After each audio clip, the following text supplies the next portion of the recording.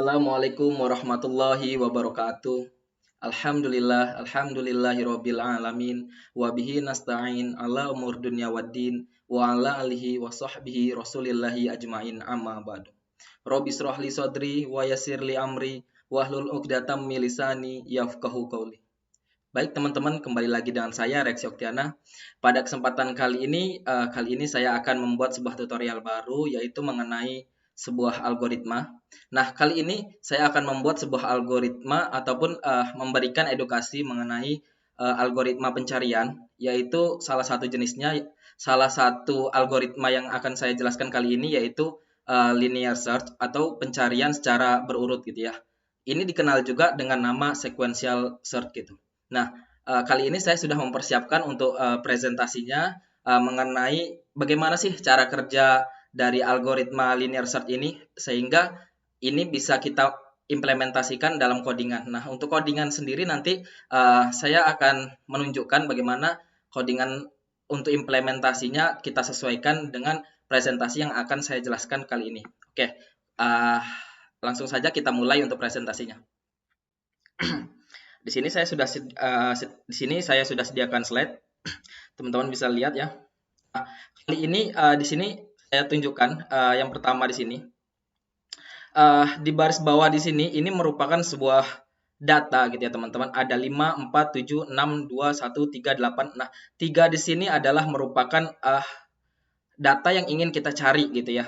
Nah, dari urutan 5, 4, 7, 6, 2, 1, 3, 8, kita tentunya secara kasat mata gitu ya, kita udah tahu nih, nah posisi 3 ini berada di antara 1 dan 8. Nah, bagaimana sebuah algoritma, terutama sekarang kita bahas yaitu linear search, untuk mendapatkan sebuah posisi di mana angka 3 ini gitu ya. Karena biasanya berhubungan dengan pencarian, kita akan menentukan letak posisinya itu berada di mana. Dan teman-teman perlu ketahui bahwasanya kita juga sering mengenal yang namanya indeks gitu ya teman-teman. Nah, jadi di posisi 5 ini merupakan indeks 0, yaitu posisi pertama 0 gitu ya. Nah, indeks 0, 5, kemudian indeks 1, 4, sampai akhirnya yang terakhir itu dinilai dengan 8. Ini indeksnya 0, 1, 2, 3, 4, 5, 6, 7. Nah, berarti indeks 7 itu adalah 8. Nah, kita mulai. Nah, sekarang untuk algoritma linear search sendiri, dia akan membandingkan dengan indeks yang pertama. Nah, namanya sequential search tadi atau linear search, dia akan secara berurutan nih. Nah, sekarang kita coba dari indeks ke 0. Nah, indeks ke 0 value-nya berapa? Datanya berapa? 5. Nah, 3 berbanding dengan 5 apakah sesuai dan salah gitu ya, teman-teman. Nah, selanjutnya, nah teman-teman bisa ngelihat gitu ya. Nah, di sini di slide ini, nah dia akan dibandingkan dengan indeks selanjutnya. Tadi kita sudah indeks 0, sekarang indeks 1. Nah, indeks 1 3 banding dengan 4. Apakah sesuai dan salah gitu ya teman-teman, tidak sesuai. Selanjutnya kita bandingkan lagi gitu ya value-nya. Nah, di sini indeks 2 apakah sesuai gitu ya value-nya. 7, di sini 3 banding 7 tentu tidak sesuai gitu ya. Hingga akhirnya di sini ya teman-teman dapat dilihat gitu ya bahwasanya indeks ketiga juga salah gitu ya. Nah, kemudian indeks keempat juga salah. Teman-teman perlu lihat gitu ya. Indeks kelima juga salah gitu. Dan yang terakhir indeks keenam. Nah, di sini posisinya benar. Nah, di sini kita sudah dari presentasi ini secara animasi gitu ya teman-teman, bisa memudahkan gitu ya menjelaskan bagaimana cara kerja dari linear search gitu. Jadi linear search ini dia bekerjanya dimulai dari indeks pertama berurutan terus sampai indeks yang terakhir gitu ya. Dan indeks pertama itu selalu diawali dengan 0 gitu, indeks 0. Nah, sampai akhirnya di indeks 6, nah dia ketemu. Dan yang teman-teman perlu ketahui, linear search ini dia tidak memperhatikan urutan data. Maksudnya apa, Bang? Maksudnya apa nih yang tidak bisa memerlukan urutan data? Nah, teman-teman perhatikan sendiri di sini 5, 4, 7, di sini tidak berurutan ya gitu ya, teman-teman. 5 kemudian kecil, kemudian besar lagi, kecil, kecil, kecil. Nah, ini kan tidak berurutan gitu ya. Karena ada beberapa algoritma itu, terutama algoritma pencarian, karena kita sekarang membahas algoritma pencarian. Nah, Ada beberapa yang mengharuskan dia secara berurut terlebih dahulu datanya. Nah, sedangkan untuk linear search sendiri, karena dia melakukan pencarian dari awal hingga akhir, maka dia tidak perlu diurutkan gitu ya. Kita bisa langsung melakukan pencarian dimulai dari indeks awal sampai indeks ke akhir. Nah, sampai di sini kita telah berakhir ataupun telah selesai gitu ya memahami bagaimana kinerja atau cara kerja dari linear search, algoritma linear search. Nah, untuk implementasinya bagaimana gitu ya. Nah, untuk implementasinya tentunya kita harus memanfaatkan Laragon ya gitu untuk menjalankan di localhost-nya. Di sini untuk programnya saya sudah menjalankan atau saya sudah jadi gitu ya teman-teman. Nah, untuk programnya sendiri itu adalah seperti ini gitu ya. Nah, di sini saya akan menjelaskan untuk programnya. Kita bikin baru aja. Index2.php gitu ya. Nah, jadi ketika di sini kita jalankan ini kan otomatis indeks 1 ya. Kita jalankan index2.php. Kita pastikan ini data yang sesuai tes. Kita jalanin. Oke, udah pas ini datanya. Kita buka dengan PHP gitu ya teman-teman. Nah, kemudian yang perlu kita ketahui itu adalah bagaimana sih membuat sebuah fungsi daripada algoritma gitu ya. Nah, teman-teman jangan dipusingkan terlebih dahulu bagaimana membuat fungsinya. Jadi teman-teman cukup mengetahui dulu kita ini punya apa yang bisa kita lakukan gitu loh. Maksudnya apa? Maksudnya gini.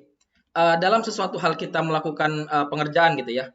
Biasanya kan kita langsung dijumpai dengan data gitu ya. Nah, otomatis kita juga harus memiliki datanya. Nah, di sini misalnya array-nya. Nah, array-nya ini apa aja isinya? Nah, di sini tentunya bebas gitu ya, teman-teman. Nah, karena kita ingin sesuai dengan yang di presentasi, yang di slide, tentunya kita akan menyamakan di sini 5, 4, 7, 6. 5, 4, 7, 6. Kemudian 2, 1, 3, 8. 5, 4, 7, 6, 2, 1, 3, 8. Oke, di sini udah sesuai. Nah, dari sini apalagi yang kita butuhkan dari sebuah algoritma pencarian? Otomatis data apa nih yang akan kita cari gitu ya. Nah, misalnya kita mencari dengan namanya X gitu ya. X atau key query bebas lah teman-teman, mau X juga boleh. Nah, di sini misalnya kita sesuaikan, di sini di presentasi kita mencari 3, berarti 3 gitu ya.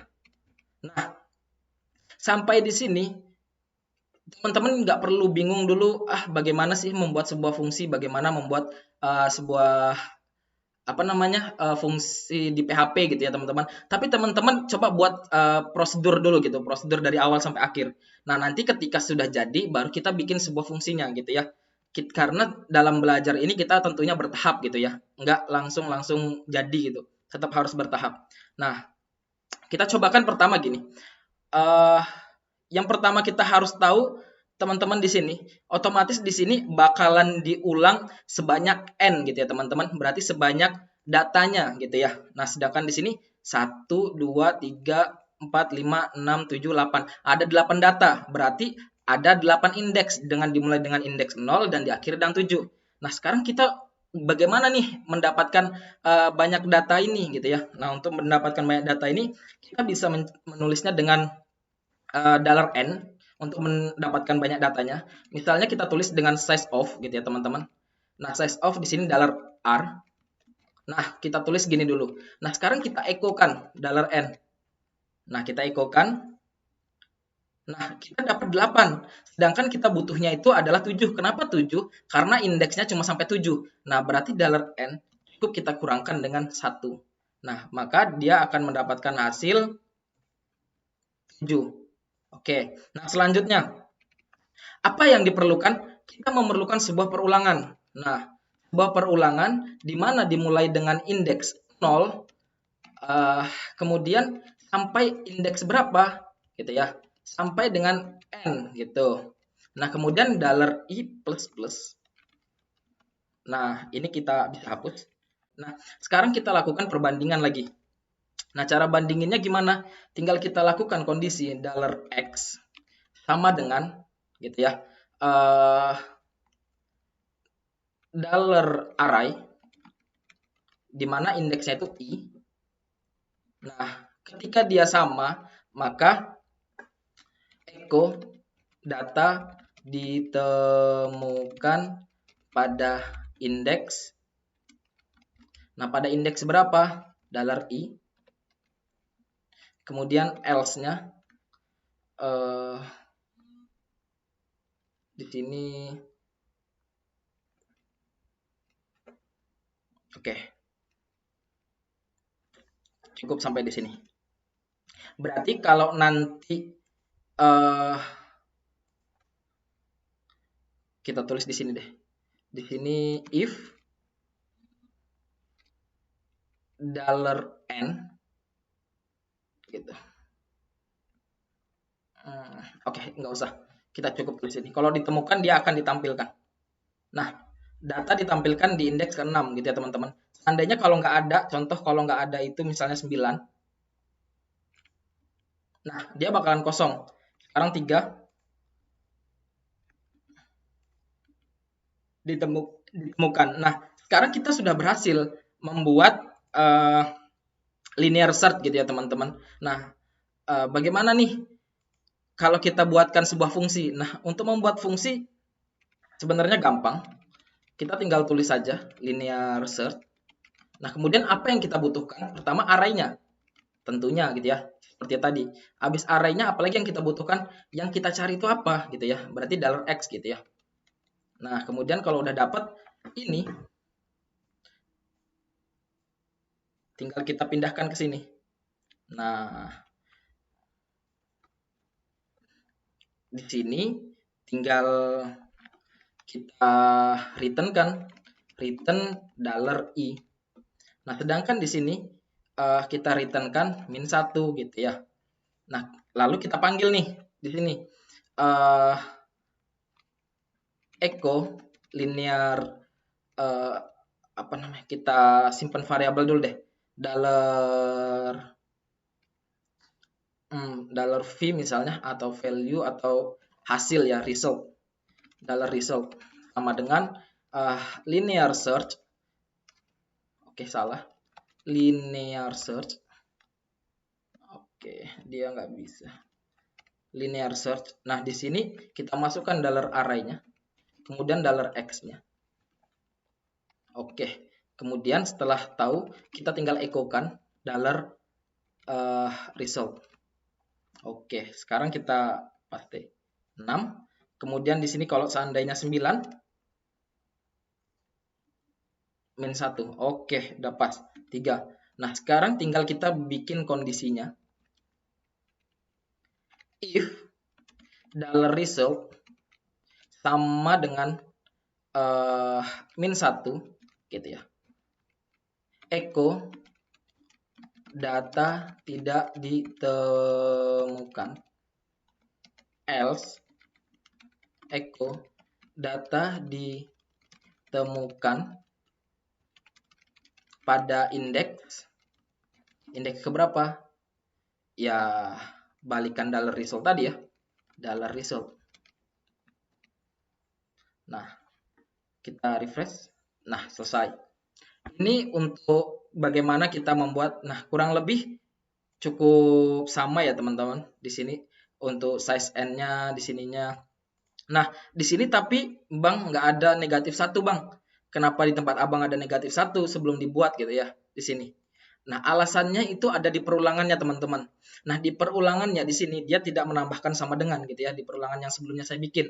Nah, sedangkan di sini saya menambahkan sama dengan. Otomatis kalau sama dengan berarti posisinya harus sesuai atau jumlahnya ini emang benar-benar sesuai dengan indeksnya gitu ya teman-teman. Sehingga di sini dia tidak menggunakan sama dengan, sedangkan saya menggunakan sama dengan. Untuk hasilnya sama gitu ya. Nah, sampai di sini kita sudah berhasil bagaimana membuat linear search gitu, algoritma pencarian.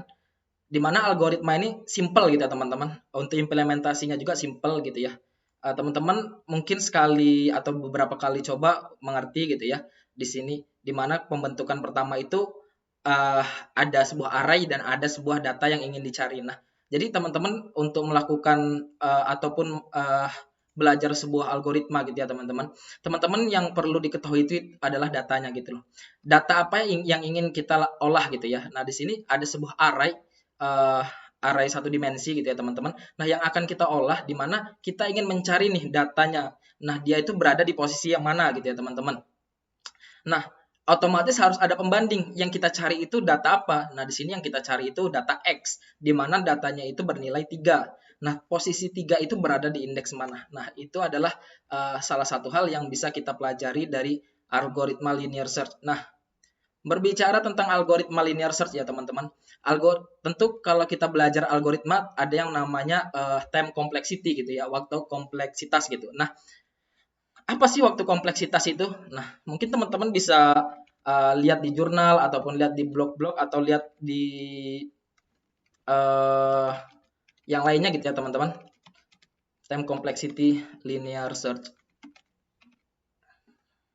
Kita cari yang cepat aja. Kita coba di Wikipedia aja. Nah, untuk linear search sendiri di sini teman-teman. Nah, nih untuk word case-nya itu dia adalah big O N, kemudian base case-nya itu big O1. Nah, di sini saya ingin jelaskan terlebih dahulu kenapa dia menggunakan big O. Karena satuan dari time complexity atau waktu kompleksitas itu yaitu big O notation gitu teman-teman. Jadi notasi big O. Ini kenapa dibuat seperti ini? Karena ketika teman-teman pelajari sebuah time complexity, kita nggak bisa merujuk kepada sebuah device gitu ya teman-teman. Karena setiap device itu memiliki performanya masing-masing. Jadi satuannya itu tidak fair ketika kita membandingkan menggunakan sebuah device. Oleh karena itu kita memerlukan sebuah satuan. Nah, di sini dibentuklah sebuah satuan yang namanya big O. Big O notation. Nah, notasi big O. Jadi untuk melakukan time complexity di sini, time complexity yang dibutuhkan itu adalah big O. Nah, untuk di sini ya, dikomentarin aja. Untuk base case-nya teman-teman ya.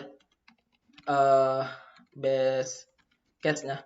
Nah, untuk kasus terbaiknya itu ada berada di posisi big O1. Nah, untuk worst case-nya